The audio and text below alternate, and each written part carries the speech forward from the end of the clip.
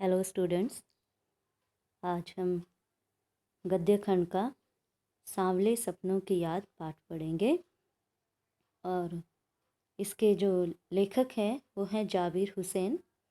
और उन्होंने इस प्रस्तुत पाठ में ये जून 1987 में प्रसिद्ध पक्षी विज्ञानी जो सालिम अली हैं उनकी मृत्यु के तुरंत बाद डायरी शैली में लिखा गया संस्मरण है।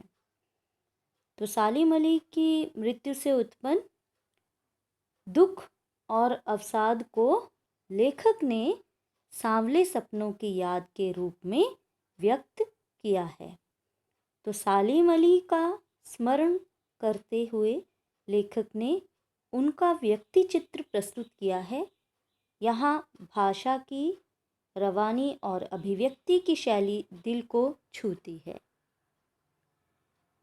तो सांवले सपनों की याद यानी जो अब सिर्फ सपनों में ही बातें रह गई हैं, यानी कि सालिम अली जो एक बड़े पक्षी वैज्ञानी हैं उनकी मृत्यु हो चुकी है। उसके बाद लेखक उनके बारे में जो अपने विचार व्यक्त करते हैं उसको उन्होंने नाम दिया है सांवले सपनों की याद। तो आइए पाठ शुरू करें। सांवले सपनों की याद और लेखक जाबिर हुसैन। सुनहरे परिंदों के खूबसूरत पंखों पर सवार सांवले सपनों का एक हुजूम मौत की खामोश वादी की तरफ अग्रसर है। तो परिंदों यानी पक्षी, तो सुनहरे पक्षियों के खूबसूरत पंखों पर सवार सांवले सपनों का एक हुजूम, हुजूम का अर्थ है जन समूह। तो यहाँ उर्दू के शब्द आपको मिल रहे हैं, उर्दू फारसी के शब्द। हुजूम मतलब जन समूह या भीड़। मौत की खामोश वादी, वादी यानी घाटी की तरफ अग्रसर है। कोई रोक टोक सके कहाँ संभव है। कहने का तात्पर्य जो सालिम अली है उनकी मृत्यु हो चुकी है और उनको ले जाया जा रहा है उनके कौन सी वादियों की तरफ, तो शमशान की तरफ उनको ले जाया जा रहा है। तो खूब हुजूम, खूब भीड़ जो है उनकी मौत में वो शामिल हुए हैं और उनके साथ वो आगे बढ़ रहे हैं। कोई रोक टोक सके यहाँ कहाँ संभव है, तो मतलब कोई रोक सके टोक सके नहीं, अब उनको नहीं रोका जा सकता, वो जा चुके हैं। इस हुजूम में आगे आगे चल रहे हैं। हुजूम फिर आया शब्द, हुजूम मतलब भीड़। तो इस जन समूह या भीड़ में आगे आगे चल रहे हैं कौन? सालिम अली। मृत्यु हो चुकी है यानी कि उनकी जो है वो लाश या डेड बॉडी कहे उनको वो ले जा रहे। तो सबसे आगे सालिम अली। अपने कंधों पर सैलानियों, सैलानी कौन होते हैं? सैलानियों यानी घूमने वाले, यात्री। सैलानियों यानी यात्री की तरह अपने अंतहीन सफ़र का बोझ उठाए। तो अंतहीन का अर्थ है जिसका अंत न हो सके, तो उस सफ़र का बोझ उठाए। लेकिन यह सफ़र पिछले तमाम सफ़रों से भिन्न है। वैसे तो सालिम अली उनकी पक्षी विज्ञानी थे, तो वो तो पक्षियों की तलाश में इधर उधर घूमते ही रहते थे, यात्राएं करते रहते थे। लेकिन लेखक कहता है ये यात्रा उन यात्राओं से बिल्कुल अलग है। भीड़ भाड़ की जिंदगी और तनाव के माहौल से सालिम अली का यह आखिरी पलायन है। देखो, तो भीड़ भाड़ की जिंदगी और तनाव के माहौल से अब सालिम अली जो है बिल्कुल आखिरी पलायन, पलायन मतलब भागना, दूसरी जगह चले जाना। तो वो अकेले अब आगे बढ़ेंगे, अब कोई उनके साथ नहीं होगा। पहले तो भीड़ भाड़ जिंदगी में तनाव भी होगा, है ना, यहाँ वहाँ जाते तो सबके साथ। तो अब ये अंतहीन यात्रा पर अब ये जा रहे हैं, तो ये उनका आखिरी पलायन है। पलायन मतलब अब वो जा रहे हैं, दूसरी जगह चले जाना। पलायन करना, एक जगह से दूसरी जगह चले जाना। अब तो वो उस वन पक्षी की तरह प्रकृति में विलीन हो रहे हैं। विलीन होना, डूब जाना, उसमें मिल जाना। जो जिंदगी का आखिरी गीत गाने के बाद मौत की गोद में जा बसा हो। कौन? अब उस वन पक्षी की तरह, क्योंकि पक्षियों में तो उनकी रुचि रहती थी, तो उस वन पक्षी की तरह प्रकृति में वो बिल्कुल डूब चुके हैं। और जो जिंदगी का आखिरी गीत है गाने के बाद वे मौत की गोद में भी जा बसे हैं। कोई अपने जिस्म की हरारत और दिल की धड़कन देकर भी उसे लौटाना चाहे तो वह पक्षी अपने सपनों के गीत दोबारा कैसे गा सकेगा। अब लेखक कहते हैं अपने जिस्म की हरारत और दिल की धड़कन देकर भी, यानी शरीर, ठीक है, जिस्म यानी शरीर, हरारत गर्मी या हल्का ज्वर, तो वो अपनी अपनी गरमाइश अपनी जिस्म की या अपने शरीर की, अगर वो उनको गर्मी भी दे दे, दिल की धड़कनें भी कोई देना चाहे, लेकिन वो सालिम अली जो जा चुके हैं वो अब दोबारा नहीं आ सकेंगे। ठीक है, अब वो दोबारा अपने सपनों के गीत नहीं गा सकेगा, क्योंकि वो अंतहीन सफ़र पर जा चुके हैं, वो पलायन कर चुके हैं। तो आइए जितना अभी हमने पढ़ा उतने में से प्रश्न देख लेते हैं, क्योंकि साथ के साथ प्रश्न उत्तर करते जाएं तो क्लियर होता जाता है।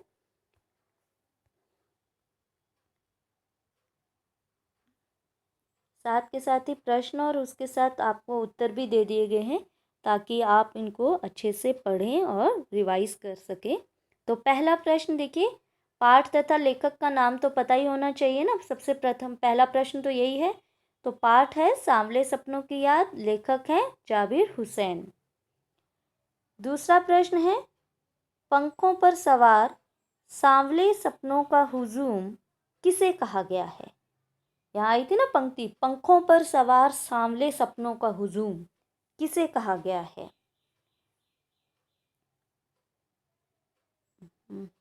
तो उत्तर है, पक्षियों के रहस्य भरे संसार को खोजने तथा पक्षियों के रहस्य भरे संसार को खोजने तथा बचाने में लगे कल्पनाशील और जिज्ञासु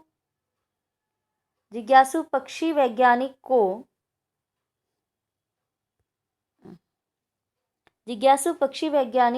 पंखों पर सवार सांवले सपनों का हुजूम कहा गया है। क्लियर है।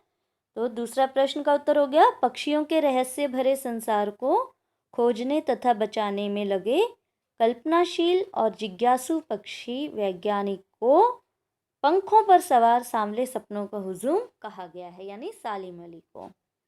तीसरा प्रश्न है, प्रस्तुत पद्यांश के आधार पर सालिम अली का शब्द चित्र खींचिए। अभी तक जो हमने पढ़ा तो उससे आपको क्या लगा कि सालिम अली किस तरह के हैं। तो देखिए, सालिम अली अखंड सैलानी और यायावर हैं, यानी मौज मस्ती में घूमने वाले, घुमक्कड़ी प्रवृत्ति के, यहाँ वहाँ यात्राएं करने वाले उनको कहा जाता है, सैलानी तथा यायावर हैं।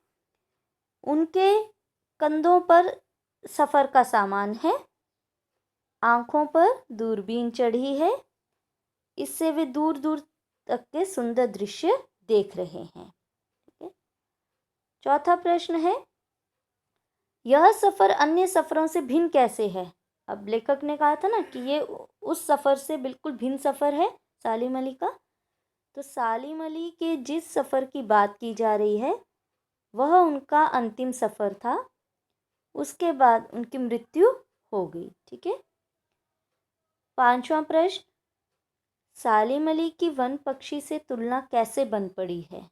कि वन पक्षी कहा ना कि वो वन पक्षी अब दोबारा अपने सपनों के गीत ना गा सकेगा, तो सालिम अली की तुलना उस वन पक्षी से की गई है जो जीवन का आखिरी गीत गाकर मौत की घाटी में प्रवेश कर रहा है। और सालिम अली भी ऐसा ही जीवन जिए।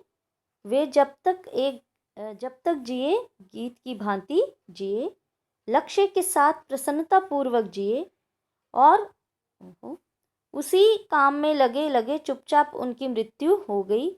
अतः समानता के कारण यह उपमा सुंदर बन पड़ी है। तो उन्होंने सालिम अली की वन पक्षी से इसलिए तुलना की है कि जिस तरह से वन पक्षी जो जीवन का आखिरी गीत गाकर मौत की घाटी में प्रवेश कर रहा है, यानी सालिम अली की तुलना उस वन पक्षी से की गई है जो जीवन का आखिरी गीत गाकर मौत की घाटी में प्रवेश कर रहा है। सालिम अली भी ऐसा ही जीवन जिए।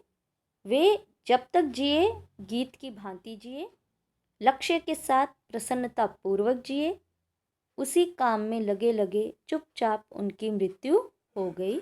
अतः समानता के कारण यह उपमा सुंदर बन पड़ी है।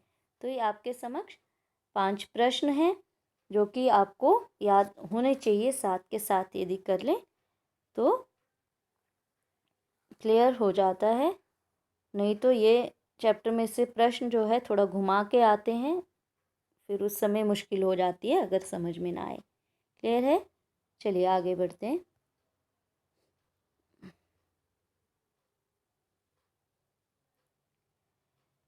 नेक्स्ट देखेंगे, मुझे नहीं लगता कोई इस सोए हुए पक्षी को जगाना चाहेगा। वर्षों पूर्व खुद सालिम अली ने कहा था कि लोग पक्षियों को आदमी की नज़र से देखना चाहते हैं। अच्छा, आदमी की नज़र से देखना चाहते हैं मतलब आदमी प्रकृति को किस नज़र से या पक्षियों को किस नज़र से देखता है? अपने स्वार्थ सिद्धि के लिए देखता है, अपना स्वार्थ पूरा करना चाहता है, अपना पैसा कमाना चाहता है, यही उसका स्वार्थ होता है ना? तो यह उनकी भूल है। ठीक उसी तरह जैसे जंगलों, पहाड़ों, झरनों और आबशारों को वो प्रकृति की नज़र से नहीं, आदमी की नज़र से देखने को उत्सुक रहते हैं। तो यहाँ पर आबशारों का मतलब है यहाँ पर निर्भर, ठीक है। तो यहाँ जंगल, पहाड़, झरनों और आबशारों, ठीक है, आबशारों यानी निर्झर झरनों को वो प्रकृति की नज़र से नहीं, कौन व्यक्ति की बात कर रहे हैं, आदमी की नज़र से देखने को उत्सुक रहते हैं जो मनुष्य है। भला कोई आदमी अपने कानों में से पक्षियों की आवाज़ का मधुर संगीत सुनकर अपने भीतर रोमांच का सोता फूटता महसूस कर सकता है? रोमांच यानी प्रसन्न, सोता यानी झरना, ठीक है। तो ऐसा वो प्रसन्नता का झरना फूटता महसूस कर सकता है? कोई आदमी है ऐसा? ये सालिम अली कहते हैं, ठीक है। लेखक कह रहे हैं कि ऐसा सालिम अली कहते थे, ठीक है। अब इसमें से प्रश्न उत्तर देख लेते हैं। तो जो अभी पढ़ा हमने पैराग्राफ, उसमें से प्रश्न सेकंड पैराग्राफ में से। तो पहला प्रश्न, सालिम अली पक्षियों को किन नज़रों से देखना चाहते थे? तो देखिए, अभी हमने कहा सालिम अली पक्षी प्रेमी थे। वे पक्षियों की दुनिया को अपने आनंद के लिए नहीं बल्कि अपने आनंद को बनाए रखने के लिए देखते हैं। देखो, बहुत गहरी बात है। अपने आनंद के लिए नहीं बल्कि अपने आनंद को बनाए रखने के लिए देखते हैं। इस कारण वे पक्षियों को उन्हीं की दृष्टि से देखते हैं। अब पक्षियों को पक्षियों की दृष्टि से देखेंगे ना, तो उनके आनंद के बारे में सोचेंगे, तो उनका कुछ अहित नहीं करेंगे। अगर हम मनुष्य की नज़र से देखेंगे तो हम उनका अहित कर सकते हैं, हम उनका बुरा कर सकते हैं, हम अपनी स्वार्थ सिद्धि कर सकते हैं, ठीक है। दूसरा प्रश्न, लोग प्रकृति को किन नज़रों से देखते हैं और क्यों? तो उत्तर है, लोग प्रकृति को, पहाड़ों को, झरनों को, जंगलों को, पक्षियों को अपनी नज़र से देखते हैं। वह इनके होने में अपना भला बुरा, अपना सुख दुख, अपना हानि लाभ देखते हैं।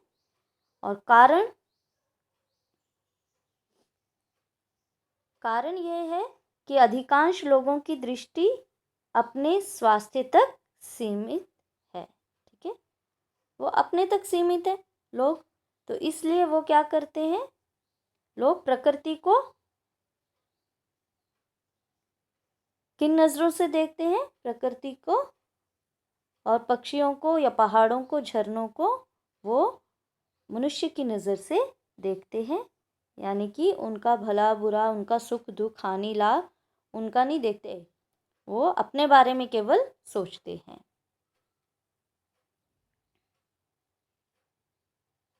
तीसरा प्रश्न है, मनुष्य पक्षियों की मधुर आवाज़ सुनकर रोमांच अनुभव क्यों नहीं कर सकता?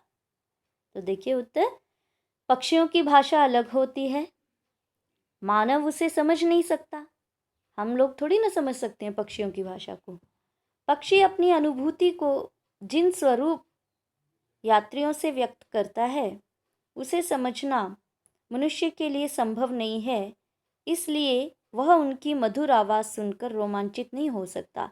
अब जो सालिम अली थे वो पक्षियों के बीच में रहते थे, पक्षियों की भाषा को भी समझते थे, इसलिए उनको आनंद अनुभव होता था। वो उनकी बातें सुनते थे, उनकी हरकतें देखते थे, उन्हें पक्षियों के बारे में अत्यधिक जानकारी थी। लेकिन हम लोगों को तो ना तो उनकी भाषा पता ना कुछ, तो हम उनके ना तो भावों को समझ पाते हैं ना उनको समझ पाते हैं, इसलिए हमें शायद आनंद का अनुभव ही नहीं हो पाता।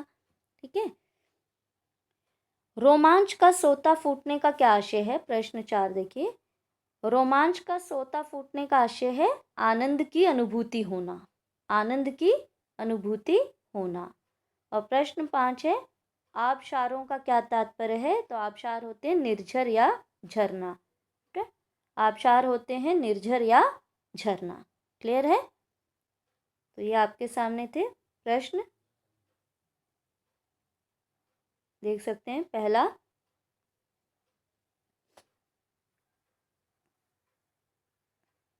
दूसरा प्रश्न,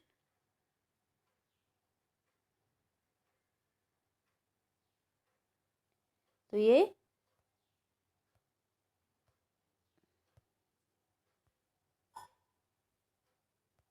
चलिए नेक्स्ट। अब आज हमने 2 पैराग्राफ पढ़े हैं और इन्हीं 2 पैराग्राफ में से हमने प्रश्न उत्तर किए हैं। तो इन प्रश्न उत्तर को आप बार बार पढ़िए, बार बार पढ़ेंगे तो बहुत सारे प्रश्नों के हल आपको मिलेंगे, क्योंकि प्रश्न जैसे भी घुमा के आएगा उत्तर आपके पास होगा तो आप लिखने में सक्षम होंगे। इसलिए बार बार पढ़ना है, ध्यान देना है। फिर मिलेंगे अगले वीडियो के साथ। Till then bye.